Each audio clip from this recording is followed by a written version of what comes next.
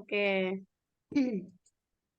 Bismillahirrahmanirrahim. Assalamualaikum warahmatullahi wabarakatuh. Waalaikumsalam warahmatullahi Mari wabarakatuh. kita mulai baca Al-Fatihah. A'udzu billahi minasyaitonir rajim. Bismillahirrahmanirrahim. Alhamdulillahi rabbil alamin. Arrahmanir rahim. Maliki yaumiddin. Iyyaka na'budu wa iyyaka nasta'in. Ihdinas siratal mustaqim. Siratal ladzina an'amta 'alaihim غير المغضوب عليهم ولا الضالين آمين اللهم افتح لنا حكمتك وانشر علينا رحمتك من خزائن رحمتك برحمتك يا أرحم الراحمين. Baik, kita mulai saja. Nanti barangkali ada yang menyusul. Bismillahirrahmanirrahim. Hari ini kita masuk pada tema surat Al-Balad, ya. Balad itu artinya negeri, ya. Artinya negeri. Nah, setelah beberapa kali Allah menggunakan sumpah, ya, wasyamsi walaili, ya. Dulu pernah watini wazaitun gitu, bersumpah dengan nama buah, bersumpah dengan waktu. Nah, ini sekarang Allah juga bersumpah dengan negeri Mekah ini. Ya, kita baca dulu bersama. A'udzubillahi minasyaitonirrajim. La uqsimu bihadzal balad wa anta hillum bihadzal balad wa walidin wa ma walad. Laqad khalaqnal insana fi kabad. Ayahsabu an lan yaqdira alaihi ahad. Yaqulu ahlaktu malan lubada. Ayahsabu an lam yarahu ahad. Alam naj'al lahu aynain wa lisanan wa syafatain wa hadainahu najdain. Falaqtahamal aqabah wa ma adraka mal aqabah fakku raqabah au it'amu fi yaumin dhi masghabah yatiman dha maqrabah au miskinan dha matsrabah ثم كان من الذين آمنوا وتواصوا بالصبر وتواصوا بالمرحمة أولئك أصحاب الميمنة والذين كفروا بآياتنا هم أصحاب المشأمة عليهم نار مؤصدة. Oke, baik, kita ke atas lagi, Mbak. Itulah uqsimu bihadzal balad. Kalau sekilas kita membaca la itu kan adalah nafi, ya, adalah nahi, ya kan? Yang artinya menegasikan itu. La uqsimu, aku tidak bersumpah gitu bihadzal balad, dengan negeri ini atau dengan kota ini.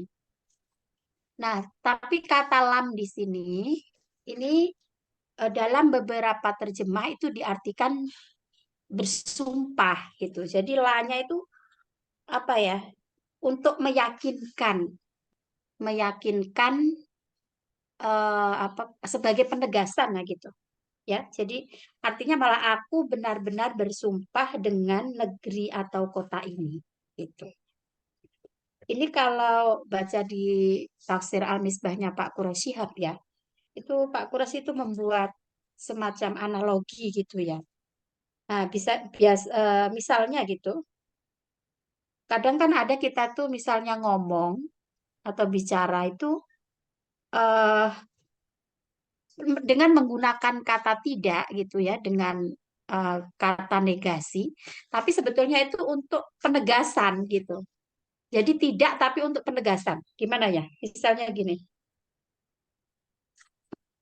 eh rasanya aku udah nggak perlu ngejelasin lagi Delel ke kamu gitu. Misalnya Mbak Dinda tuh ngomong gitu, rasanya aku nggak perlu lagi deh ngejelasin tentang apa gitu. Soalnya pasti kamu sudah tahu ya gitu loh. Jadi Hmm. rasanya tidak perlu itu padahal tuh aslinya tuh perlu gitu loh. Apa bisa jadi karena saking apa kuatnya itu sehingga digunakan kata negasi gitu. Nah, sehingga di sini kalau kita tidak memahami konteks, maka kita mengartikannya aku tidak bersumpah dengan negeri ini gitu. Itu letter luck-nya begitu. Tapi makna dalamnya adalah bahwa Allah sungguh benar-benar bersumpah dengan negeri ini. Benar-benar bersumpah dengan negeri Mekah atau dengan kota Mekah. Nah, wa anta dan engkau Muhammad hilun. Hilun itu bisa diartikan bertempat ya, menetap gitu. Bihadzal balad, di negeri ini. Nah, hilun itu kalau kita uraikan, hilun itu asli artinya itu melepas ikatan. Maka ada istilah halal bihalal. Itu kan sebetulnya halayahil itu artinya mengurai benang yang kusut atau mencairkan sesuatu yang beku. Bisa juga menyela-nyela. Itu akar kata yang sama. Jadi salah satu syarat apa ya sunahnya wudhu bagi laki-laki itu kan istilahnya tahlilul lihyah. Kalau punya jenggot itu disela-selain gitu loh. Jadi ketika berwudu. Nah, itu bahasa Arabnya itu tahlil. Halla yahillu tahlil. Beda ya dengan tahlil ya. Kalau tahlil itu mengucap la ilaha illallah itu. Yang ini tahlil pakai h. Itu artinya menyela-nyela atau ya menyela-nyela. Jadi me- mencairkan yang beku, misalnya ada es gitu ya. Terus kita taruh di mana supaya dia beku. Nah, itu namanya halayahillu tahlil tadi. Atau mengurai benang yang kusut. Nah, maka kita kalau lebaran tuh harus halal bihalal itu kan sebetulnya kalau ada masalah, ada kebekuan kita cairkan, ada masalah-masalah yang rumit, yang ruwet kita selesaikan gitu kan. Nah, tapi dari akar kata itu juga bermakna menempati atau bertempat tinggal lah kira-kira begitu ya artinya. Nah, itu karena apa? Orang kalau menetap itu kan seakan melepas ikatan dalam perjalanan. Ada istilah gini, as-safaru qit'atum minan nar. Perjalanan itu adalah secuil dari adab. As-safaru qit'atum minal adab. Kita tuh kalau bepergian itu memang enjoy, seneng gitu. Tapi pasti ada kelelahan di sana. Naik pesawat berapa jam gitu kan capek ya. Terus nanti misalnya harus eh, ke X-ray beberapa kali harus itu kan lelah gitu. Nah, itu ada pepatah Arab mengatakan as-safaru qit'atu minal adab. Jadi bepergian, bersafar itu sebetulnya ada potongan siksaan di situ. Karena ya se-enjoy-enjoynya kita bepergian itu ada kelelahan. Tapi ketika kita sudah tiba di lokasi yang kita tuju, kita lega gitu. Kita seneng, nah, kita bahagia. Nah, itulah namanya hilun. Jadi kita tuh melepas ikatan kepenatan itu namanya hilun gitu. Nah, jadi kan saya sudah sering bilang ya, bahasa Arab itu meskipun nanti dari sisi makna harfiahnya itu berbeda, tapi nanti akan kita temukan benang merah dari arti yang berbeda itu. Nah, misalnya saya pernah kayaknya udah sering kali saya sampaikan, misalnya kata majnun ya. Majnun itu kan Ya. kalau dari sorofnya itu apa Mbak? Mbak Novi, Mbak Nonong mungkin atau Mbak Rina? Majnunun nah, itu berarti apa? Dari sorofnya itu. Jana bukan Ya, itu kan kembali ke fiilnya. Maksudnya apa ya status apa sih? Tasrifnya itu nah namanya maf'ul. majnunun. Majnunun? Maf'ul ya, isim maf'ul. Iya, isim maf'ul kan? Jadi isim maf'ul, bukan maf'ul. Kalau maf'ul itu kan objek yang berada dalam kalimat. Nah, tapi kalau dia bentukan dari kata itu namanya kan isim fa'il atau isim maf'ul kan. Nah, majnunun itu artinya majnunun itu dari derivasi kata janna fi'ilnya, majnun itu kan isim maf'ul. Nah, majnun itu kan artinya gila. Sementara akar kata dari majnun itu kan janna. Janna itu artinya menutupi. Akhirnya terbentuk kata jinnah, terbentuk kata janin, terbentuk kata junnah gitu. Yang itu arti letterleknya beda semua. Janin kan, janin tuh yang dalam kandungan. Terus majnun itu gila, jannah itu menutupi. Jannah itu surga. Junnah itu perisai. Jinnah itu jin gitu. Tapi dari sekian kosakata yang berbeda arti harfiah ya, yang berasal dari bentukan kata yang sama itu nanti akan ketemu benang merahnya. Itu misalnya, kenapa dinamakan janin? Karena dia tertutup dalam perut, gitu kan? Kenapa dinamakan jinnah jin? Karena dia tertutup oleh mata, kita tidak bisa melihat. Kenapa disebut dengan majnun gila? Karena akalnya yang tertutup. Jannah artinya surga, itu masih tertutup mata kita tidak bisa melihat sekarang, gitu kan? Nah, junnah itu artinya perisai, gitu misalnya. Nah, begitu juga dengan kata hilun ini.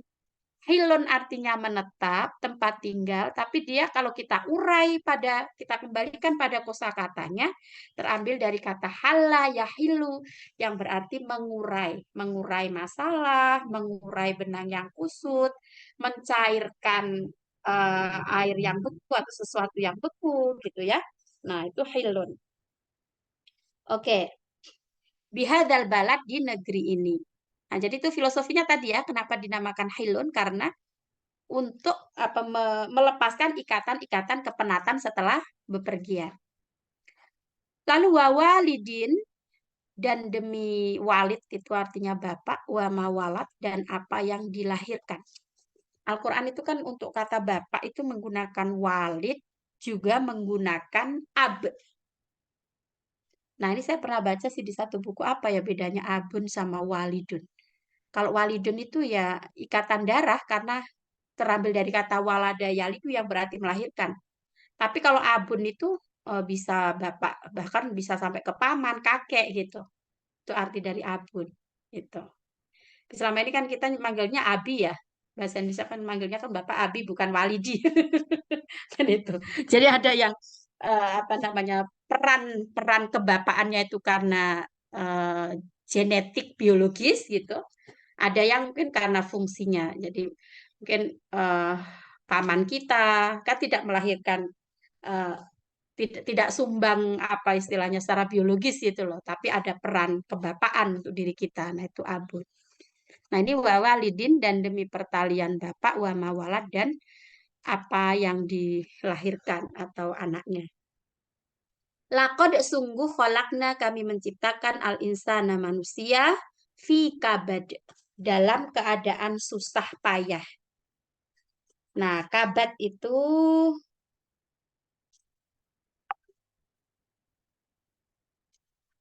kabad sebentar saya carikan akar katanya. Nah, kalau kabidun itu artinya hati. Jadi hati itu kan ada fuadun, ada kolbun, ada kabidun gitu. Nah, nanti apa masing-masing penjelasan apa namanya spesifiknya, nah itu nanti kita perlu baca lagi buku yang membahas ini ya, yang di buku Al-Asbah wa Nadzair itu. Nah, tapi kalau kabat ya dengan fathah, nah itu diartikan penyakit yang melanda hati. Nah, penyakit yang melanda hati itu namanya kabat. Penyakit yang melanda hati itu kan susah kan? Kan beda dengan penyakit yang melanda fisik. Kalau misalnya yang sakit tuh kaki gitu ya, atau misalnya organ lah. Hati pun maksudnya hati-hati organ. Kalau ini tuh hati-hati fungsinya, apa itu istilahnya? Ya kalbu gitu. Nah, itu kabat artinya. Nah, jadi kalau sakit hati itu kan nggak terlihat secara fisik kan. Nah, itu kabat maknanya. Sehingga sungguh kami telah menciptakan manusia itu dalam kesusahan atau dalam keadaan penyakit hati, sakit hati. Nah, sakit hati itulah kesulitan yang dihadapi. Sehingga di sini artinya, sungguh kami telah menciptakan manusia itu dalam susah payah.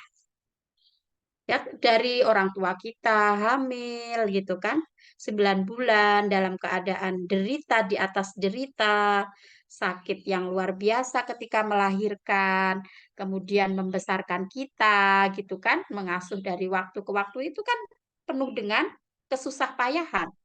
Nah, itu disebut dengan fikabad. Ayah sabu, apakah manusia tidak mengira anlan yakediro bahwa tidak ada yang mampu alaihi atasnya ahadun seseorang sesuatu pun. Apakah manusia itu mengira bahwa tidak ada sesuatu pun yang berkuasa atasnya? Nah, yakulu dia mengatakan ahlaktu malalu bada. Aku telah menghabiskan harta yang banyak. Ayah sabu alam yarohu ahad. Apakah dia mengira bahwa tidak ada sesuatu pun yang melihatnya? Nah, alam, tidakkah naj'al kami menjadikan lahu bagi manusia itu ainaini, dua mata. Kemudian walisanan, satu lisan atau satu lidah, wasyafatain dan sepasang bibir. Wahadainahu dan kami beri petunjuk padanya an-najdain, dua jalan. Fala ketahamal aqobah. Fala maka tidak iqtahama menempuh jalan al-aqobah yang mendaki dan sukar itu. Jadi aqobah itu artinya sukar ya, mendaki atau sukar. Wa ma adraka mal aqobah, tahukah kamu apakah jalan yang sukar itu? Fakku, yaitu melepaskan rokobah hamba sahaya. Lalu au ita'amun, memberi makan fi yaumin pada hari di masghobah, ketika terjadi kelaparan, yatiman pada anak yatim, dha makrobah yang ada hubungan kerabat, au miskinan atau orang miskin, dha matrobah. Matrobah itu apa dari kata turuk? Coba Mbak Nov ke bawah. Dha matrobah, oh matrobah itu sangat fakir ya. Humakana kemudian adalah termasuk minaladina amanu, orang-orang yang beriman itu, watawaso bisobri, saling menasehati dalam kesabaran, watawaso bil marhamah, dan saling berpesan atau menasehati untuk berkasih sayang. Ulaika mereka itu orang-orang yang ashabul maimanah, adalah golongan orang yang kanan. Waladina kafaru, adapun orang-orang yang kafir bi ayatina terhadap ayat kami, hum mereka itu adalah ashabul masyamah, golongan kiri gitu ya, alaihim di atas mereka narun, api muksodah yang ditutup rapat. Kayaknya sudah pernah membahas ya yang narun muksodah itu. Oke, sekarang boleh masuk ke itunya Mbak Nos. Mbak Nos. Nah, oke. Jadi surat Al-Balad yang berarti negeri atau kota itu tadi ya. Jumlahnya ada berapa nih? 20 ya. Dari la uqsimu bihadzal balad dan seterusnya tadi. Alaihim narum muqsadah itu tadi ada 20 ayat. Nah, namanya hanya ada satu ini Al-Balad. Kalau di buku ini ya, tetapi nanti kalau kita compare lagi dengan buku yang lain biasanya ada nama yang lain lagi. Misalnya nama surat la uqsimu gitu kan. Karena dengan mengambil apa namanya? Kalimat depannya gitu. Nah, kenapa dinamakan surat ini? Li'annallaha, karena Allah aqsama biha, bersumpah fi matla'is surah, di awal surat ini. Wahia Makkatul Mukarramah. Yang dimaksud dengan balad atau negeri itu tadi adalah Mekah Mukarramah. Kemudian tema pokok dari surat Al-Balad ini adalah ad-dunya darubalain wa masyaqqatin. Ternyata di sini disebutkan bahwa dunia itu adalah tempat Darun kan artinya rumah ya. Rumah atau tempat bilain, balain, tempatnya ujian gitu. Maka di surat Al-Mulk itu kan tabarakalladzi biyadihil mulku wa huwa ala kulli syai'in qadir alladzi khalaqal mauta wal hayata liyabluwakum ayyukum ahsanu amala. Jadi eh, Allah menciptakan hidup dan mati itu ya untuk ujian ya liyabluwakum ayyukum ahsanu amala untuk diuji ya mana yang lebih baik amalnya. Nah, maka di dunia ini sebetulnya tempat ujian, tempat kesulitan. Sehingga tidak ada intinya di dunia ini isinya cuma seneng doang itu nggak ada.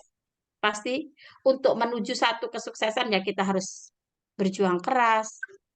Yang di pembahasan kapan itu kan kalau kita ingin mencapai sesuatu ya harus kita lalui jalannya.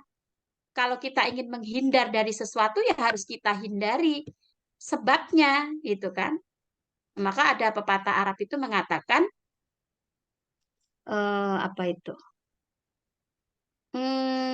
Apa itu yang la tajri alal yabasi itu. Jadi kamu itu menginginkan tarjun najata, kamu menginginkan keselamatan walam tasluk masalikaha, tapi nggak mau melalui jalannya. Fa inna safinata la tajri alal yabas. Jadi ini diibaratkan ya, kalau dalam pepatah Arab itu kan eh, ada makna ya, dengan bahasa yang puitis dan kita perlu merenungi maknanya itu. Dapat Arab yang mengatakan, kamu itu menginginkan keberhasilan, tapi tidak mau melalui jalannya. Ibaratnya apa? Fa'inna safinata, kapal itu tidak akan berjalan di tanah kering. Jadi kalau mau naik kapal, ya mau pergi ke Batam, ya harus naik ferry. Naik ferrynya ya harus pergi ke laut gitu.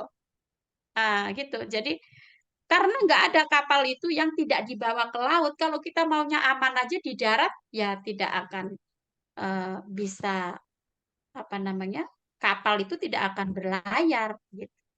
Nah itu apa namanya ya ibarat ya atau pepatah Arab mengatakan begitu. Nah maka di sini disebutkan dunia itu adalah tempat penuh ujian dan kesulitan. Gitu. Maka tadi diawali laqad khalaqnal insana fi kabad. Sungguh kami telah menciptakan manusia itu dalam susah payah. Nah, kemudian apa faidah dari surat Al-Balad ini ya? Fawaid Balataif ala surah Al-Mubarakah. Yang pertama, istaufatis surah Al-Mubarakah ala jami'i anasiril balagh. Surah ini mencakup, istaufat itu artinya mencakup ala jami'i anasir atas unsur-unsur gitu ya, atau item-item penyampaian gitu. Balagh itu artinya menyampaikan. Nah, yang pertama apa? Mautinur risalah. Tempat di mana Allah mengutus seorang rasul atau tempat di mana diutusnya risalah Islam. Nah, itu di mana? Di Mekah itu. Nah, maka di sini mautin itu artinya tempat. Tempat diturunkannya risalah Islam itu adalah di Mekah. Kemudian yang kedua, Rasulullah. Kan di situ kan langsung wa anta dan engkau Muhammad hilun menempati ya bihadzal balad pada negeri Mekah itu. Nah, terus yang ketiga al mursalu ilaihi yaitu manusia. Coba di ayat ketiga itu kan disebutkan wa walidin wa mawalat.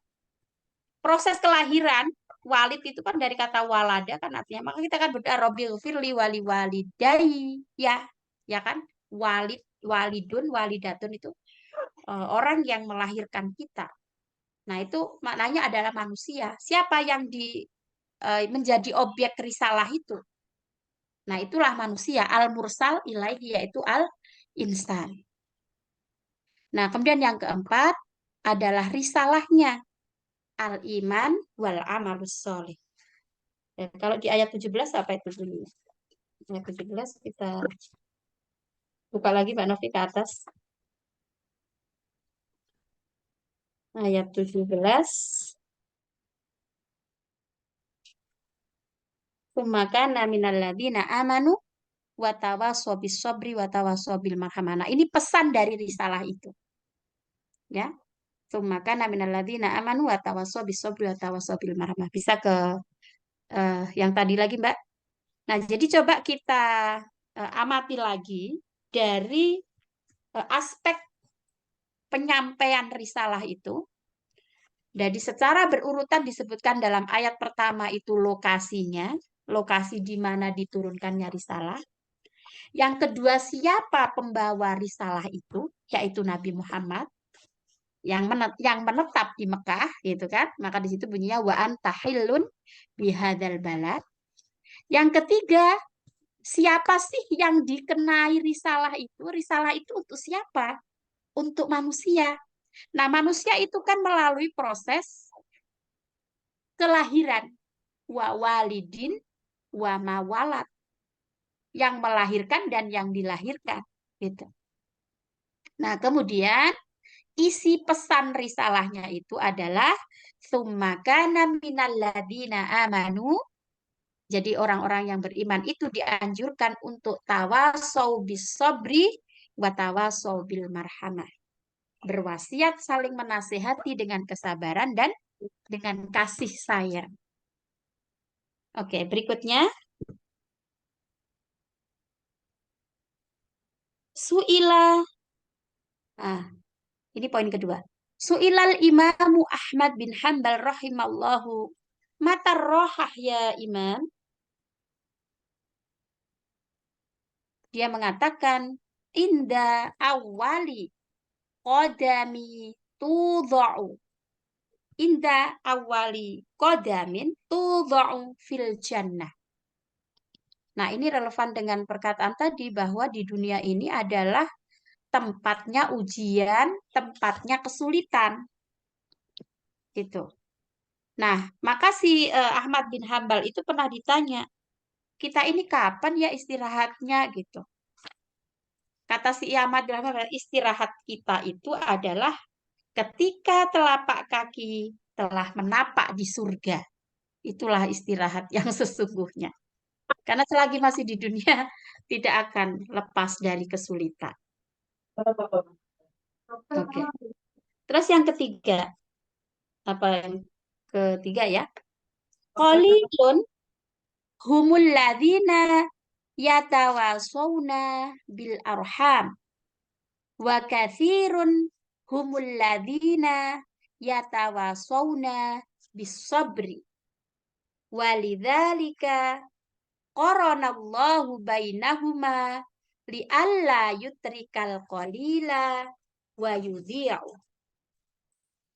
Ini maknanya adalah sangat sedikit, masih sedikit orang-orang itu yang menasehati itu dengan selalu menjaga kasih sayang atau kekeluargaan. Gitu ya. Lalu wakatsirun hum, sementara banyak orang itu yang menasehati untuk sabar, itu banyak. Tapi kalau menasehatinya dengan kasih sayang, itu sedikit menurut penulis buku ini. Walidzalika, karena itu, koronallah, Allah menyandingkan. Ya, kalau yang di surat Al-Asr itu kan bernasihat menasehati dalam kesabaran dan kebenaran kan, kebenaran dan kesabaran. Karena konon kalau kita menasehati kebenaran, itu pasti resikonya nggak disukain orang, pasti ada resikonya. Nah, makanya harus diterima dengan sabar. Nah, itu kan disandingkan. Nah, ketika orang sudah menasehati dengan kesabaran, masih perlu disandingkan lagi dengan menasehati dalam atau dengan kasih sayang. Dalam hal kasih sayang atau juga dengan caranya kasih sayang gitu. Nah, maka di sini disampaikan supaya yang sedikit itu tadi, yang bil arham itu tidak dihilangkan, tidak ditinggalkan atau tidak disia-siakan. Nah, berikutnya laqad khalaqnal insana fi kabad di ayat keempat, sungguh kami telah menciptakan manusia itu dalam susah payah. Nah, di sini dijelaskan, idza alimal abdu hadhil haqiqah wastahdaraha dauman sallama amrohu lillah wa radiya biqadaihi wa lam yahzan ala ma fatahu wala ma asobahu. Jika seorang hamba ini mengetahui hakikat dari kehidupan ini, ya, wastahdoroha dauman,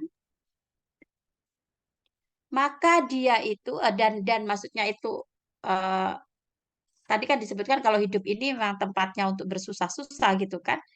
Nah, itu kan mesti akan hadir, sering hadir dalam kehidupan kita. Nah, orang yang memahami hakikat ini, maka dia akan salama amrohulillah, akan menyandarkan, menerima ya apa yang menjadi ketetapan Allah. Salama amrohu itu maksudnya menyandarkan urusannya kepada Allah. Jadi akan menerima apa yang Allah takdirkan untuknya.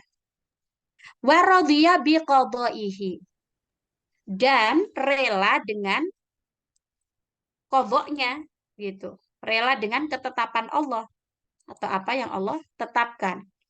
Walam yahzan ala ma fatahu, dan tidak berlarut-larut dalam kesedihan atas apa yang menimpanya. Walama asobahu, ya. Jadi tidak akan bersedih yang berlarut-larut terhadap apa yang ia terima atau apa yang menimpa dirinya. Karena dia menyadari bahwa hakikat hidup ini adalah milik Allah dan hidup ini memang tidak bisa dilepaskan dari kesulitan-kesulitan. Gitu. Tapi kita kembali keingat pada hadis Nabi itu ya, sesuatu yang menakjubkan bagi seorang mukmin ketika dia mendapatkan nikmat dia bersyukur, ketika mendapatkan musibah dia bersabar. Nah, itulah apa namanya? Beruntungnya menjadi orang beriman. Oke, terus berikutnya yatiman dza makrobah. Nah, di ayat berikutnya yang bawah-bawah itu tadi kan disebutkan fala kok tahamal aqabah, maka kenapa manusia itu tidak menempuh jalan yang mendaki? Lalu ditanya di ayat berikutnya itu, wa ma adraka mal aqabah? Emang apa yang kamu ketahui tentang aqabah itu? Fakku raqabah, yaitu eh, memerdekakan budak kan? Au yatimam dza makrobah, au itamun di masrobah. Jadi memberi makan dan seterusnya itu. Nah, di sini sebenarnya yatiman dza makrobah, ta'limun minallah, ini adalah pelajaran dari Allah, annas sodaqota alal qorobah. Jadi sedekah itu sebaiknya diutamakan untuk kerabat. Nah, tapi bagaimana kalau kerabatnya udah kaya semua? Kan biasanya kan kayak gitu ya. Kalau udah lingkarannya orang punya semua gitu, sampai bingung harus kemana gitu.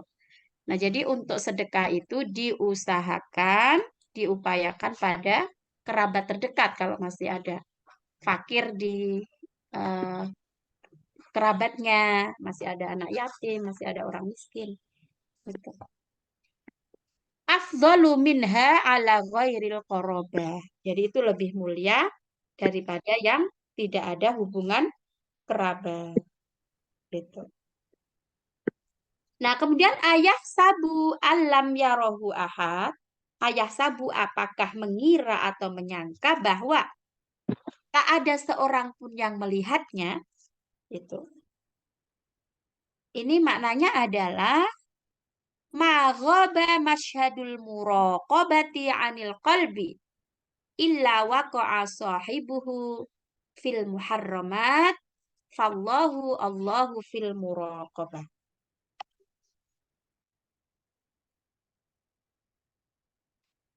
Nah, jadi maghaba masyadul ghorobah tidaklah apa ya perasaan diawasi. Muraqabah itu kan bisa artinya kayak mengintai gitu ya atau diawasi lah gitu. Nah, itu perasaan itu tidak akan hilang anil kolbi dari hati illa waqa'a sahibuhu kecuali pelakunya itu, pemilik hati itu tadi, waqa'a fil muharramat. Jadi apa ya? Terjerumus ke dalam hal-hal yang haram. Fallahu Allahu fil muraqabah.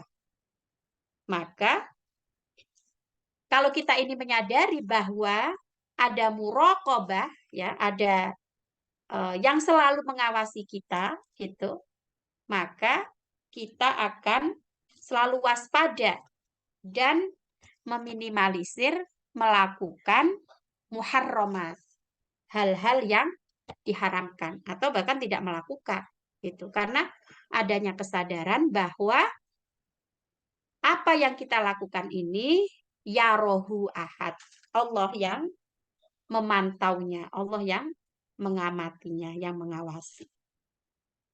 Nah, kemudian idza ta'ammalat hadhihi surah al-mubarakah, jika engkau merenungi, kata penulis kitab ini, jika engkau merenungi surat ini, wajatta fi toyati ayatiha masyaqqatan masyak apa itu fi toyati ayatiha masyaqqatun wa ta'bun.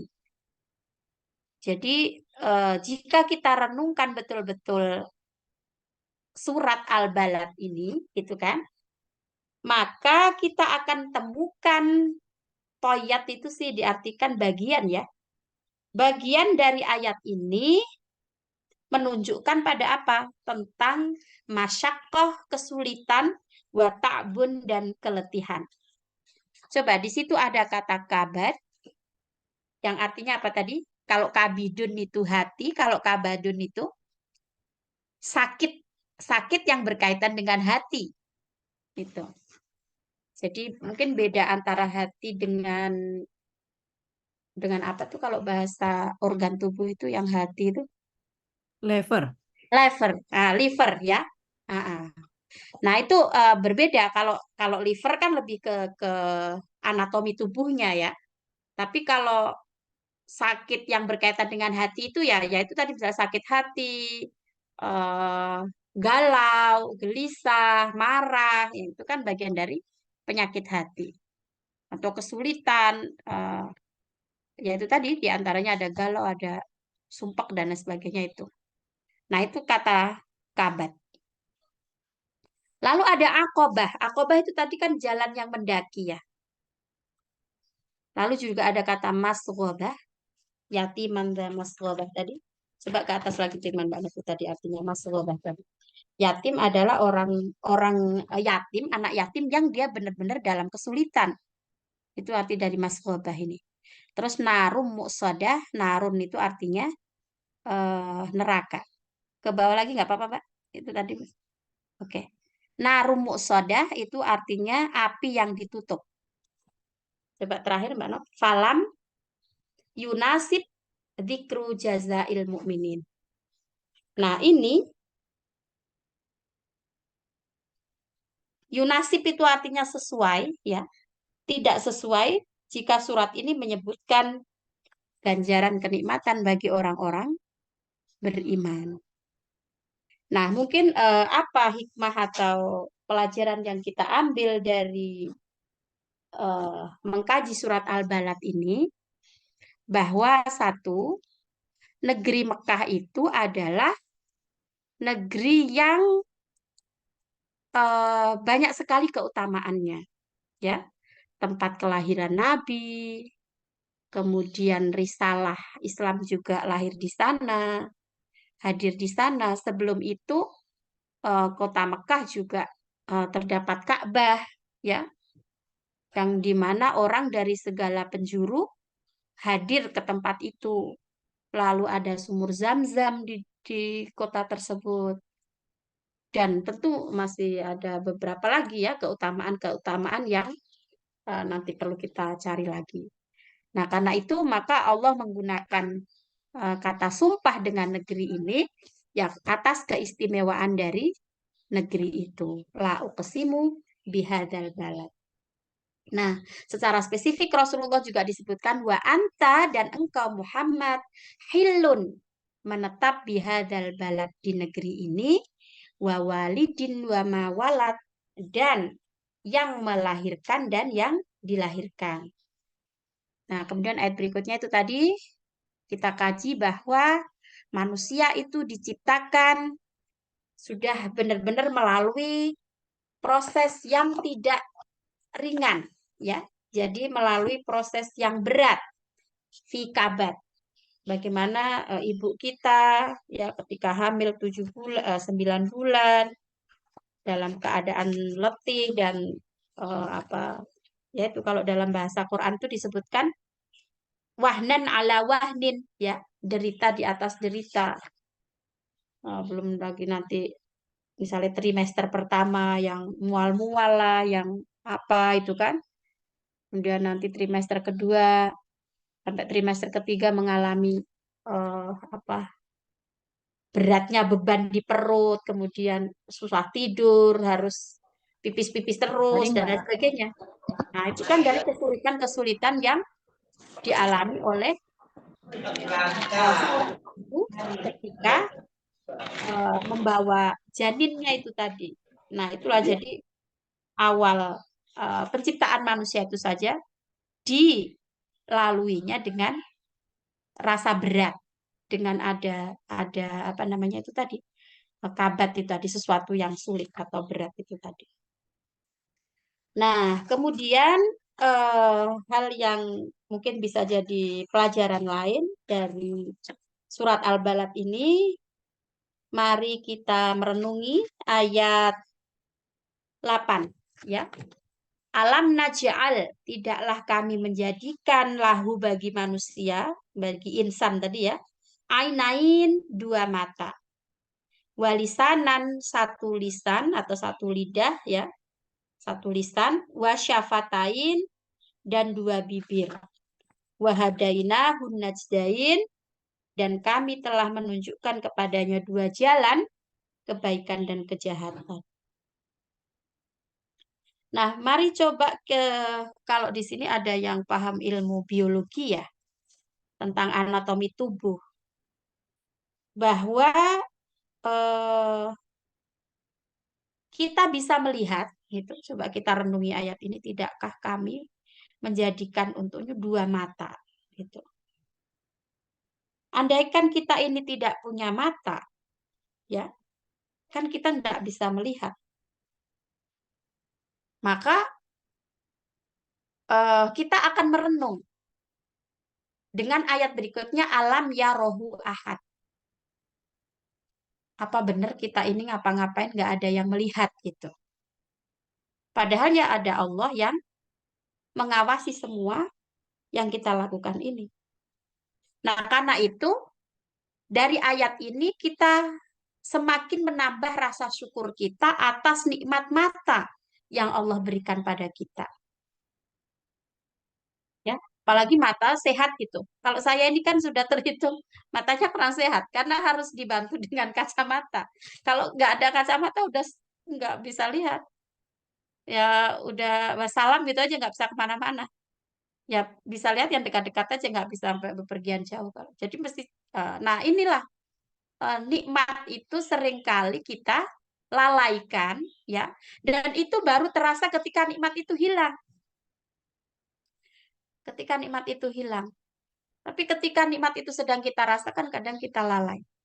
Maka itu hadis Nabi yang sering apa namanya saya kutip itu ya, dua nikmat yang sering kali dilalaikan oleh manusia itu adalah nikmat sehat dan nikmat diberi waktu luang, diberi waktu longgar. nikmatani maghbunun fihima katsirum minan nas as-sihhah wal faragh.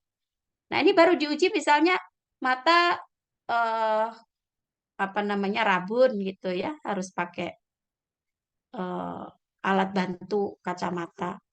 Nah, kalau kacamatanya ada masih bisa melihat, nggak sadar dengan nikmat yang Allah berikan ini. Nah, ketika sudah mulai dikurangi, nikmat itu baru kita rasa. Termasuk ketika kita mengalami ujian sakit. Maka ada pepatah Arab mengatakan, kesehatan itu kan sebetulnya mahkota ya, ibarat mahkota. Yang itu tidak dirasakan kecuali oleh orang yang sakit. Kalau kita udah sakit baru merasa, Masya Allah, begitu nikmatnya sehat ya gitu. Ketika kita diberi nikmat sehat, eh, kita bisa jadi lalai. Maka itu kembali kepada pesan Rasulullah, jagalah 5 perkara sebelum 5 perkara itu. Syababaka qabla haromika. Jadi gunakan 5 hal sebelum datang yang 5. Yang pertama adalah masa mudamu sebelum masa tuamu. Saya tuh sering bilang kepada anak-anak muda itu, mohon maaf ya, saya itu dulu ketika muda, saya bilang, itu saya bukan orang yang suka hura-hura atau suka nganggur-nganggur, suka apa gitu ya. Itu saja ketika saya sudah masuk, ya udah 40 kan, udah bisa dibilang setengah tua lah. Itu saya sering menyesali dengan masa muda saya yang dulu mungkin banyak hal yang saya belum belajar. Saya bilang gitu ke anak-anak muda itu. Itu dulu yang masa muda saya tidak, insya Allah tidak saya gunakan untuk saya belajar di pesantren, saya kuliah juga yang serius gitu. Itu ketika sudah masuk rumah tangga sudah 40 ya, apalagi misalnya ada permintaan harus mengisi ini, mengisi itu kan harus belajar lagi. Itu yang istilahnya masa mudanya tuh udah digunakan untuk mencari bekal itu saja masih kurang gitu. Nah, apalagi kalau masa muda cuma dipakai hura-hura, cuma fe gitu. Saya bilang gitu sama anak-anak muda itu. Ya meskipun sudah beda zaman ya. Sekarang kan semua sudah dimudahkan dengan fasilitas, dengan teknologi gitu. Tapi nanti ketika sudah tua ini kita baru merasa, oh dulu kenapa aku nggak belajar gini dari dulu ya? Kenapa udah usia segini aku baru baru tahu ini gitu. Nah, itulah pesan Rasulullah. Jadi gunakan masa mudamu sebelum masa tuamu. Terus yang kedua apa? Wasihataka qabla sakomika. Jadi masa sehat gunakan sebaik mungkin sebelum sakit. Ya karena tua itu pasti. Lalu organ tubuh mulai apa berkurang fungsinya, itu kan hukum alam gitu yang tidak mungkin bisa kita hindari. Dulu ketika kita usia 25 gitu, itu beda dengan sekarang.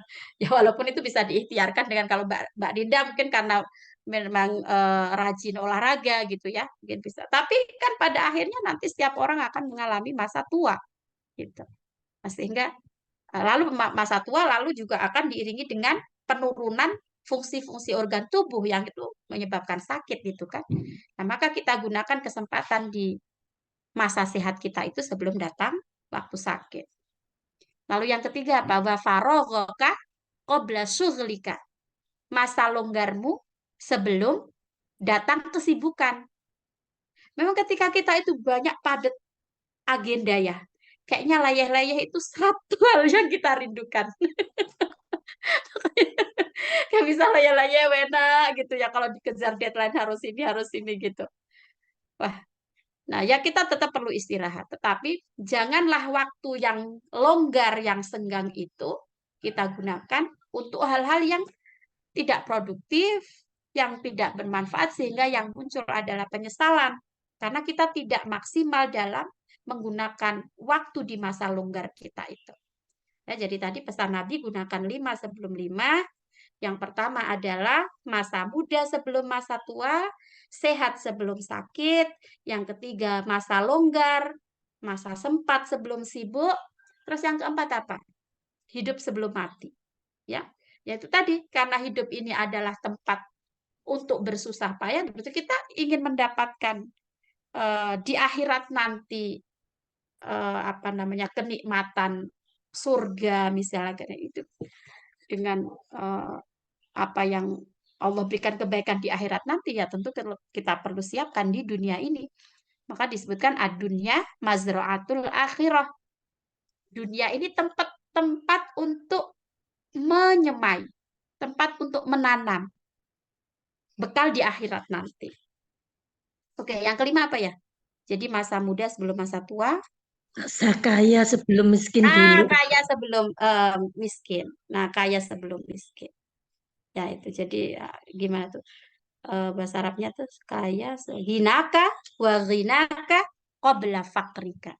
Jadi masa kayamu sebelum masa miskinmu. Nah, kaya itu menurut saya tidak hanya kaya secara finansial ya. Mungkin ya bisa kaya selagi kita itu bisa membantu orang misalnya, ya dengan pengetahuan dengan ilmu yang kita miliki misalnya berbagilah gitu kan. Dengan tenaga yang kita miliki berbagilah gitu. Dengan apa yang kita miliki berbagai selagi itu ada pada diri kita, kita bisa mampu lakukan. Karena ketika itu nanti hilang dari diri kita, baru kita menyesal kenapa itu dulu tidak kita lakukan. Nah, tidak terasa ternyata sudah jam sudah lebih ibu-ibu.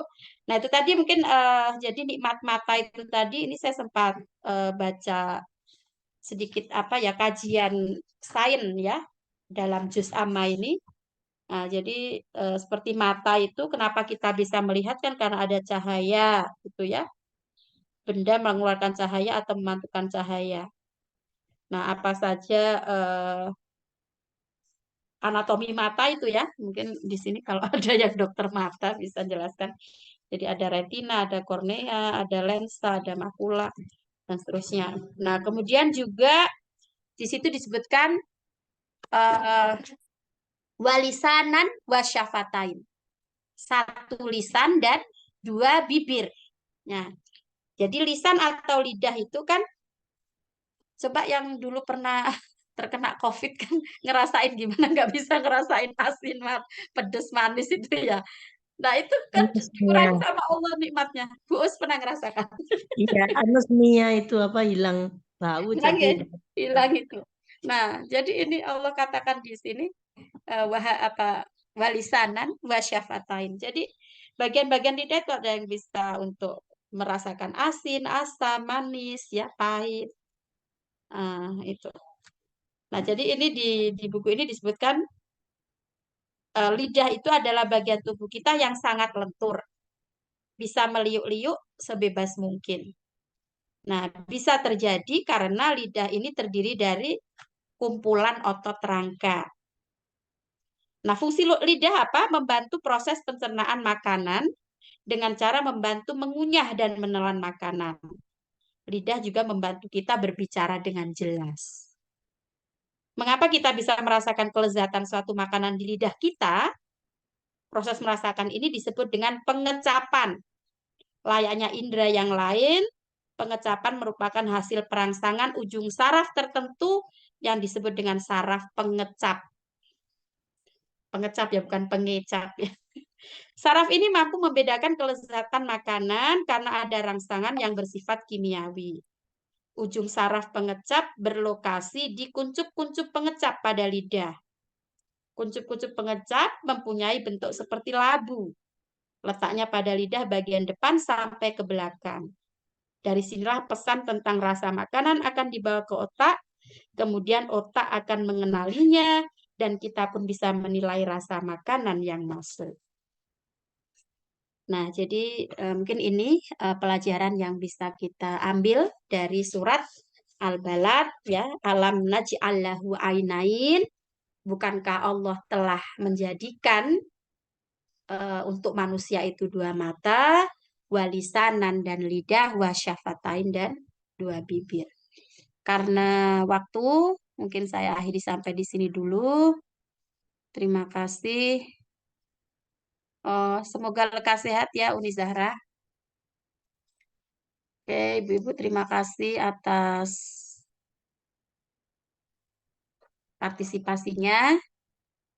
Semoga yang sedikit ini, jika ada kebenaran, itu semata dari Allah, menjadi ilmu yang manfaat untuk saya dan untuk ibu-ibu yang hadir di majelis ini. ada kehilafan dan kesalahan, saya mohon dimaafkan. Saya akhiri, mari kita tutup dengan al-asr dan kafaratul majlis. Bismillahirrahmanirrahim. Wal asr innal insana lafi khusrin illa alladzina amanu wa amilus solihati wa tawasaw bil haqqi wa tawasaw bis sabr. Subhanakallahumma bihamdik asyhadu an la ilaha illa anta astaghfiruka wa atubu ilaik. Walhamdulillahi rabbil alamin. Assalamualaikum warahmatullahi wabarakatuh. Waalaikumsalam warahmatullahi wabarakatuh. Warahmatullahi Terima wabarakatuh. kasih Mbak Ninda dan Sudah semuanya mohon ikut tidur sayang. ini Mbak Nonong, Mbak Novi, saya Makasih, Bu ikut. Claire. Sami-sami Bu Iin, Mohon Bu teacher Zahra. saya. Assalamualaikum. Waalaikumsalam.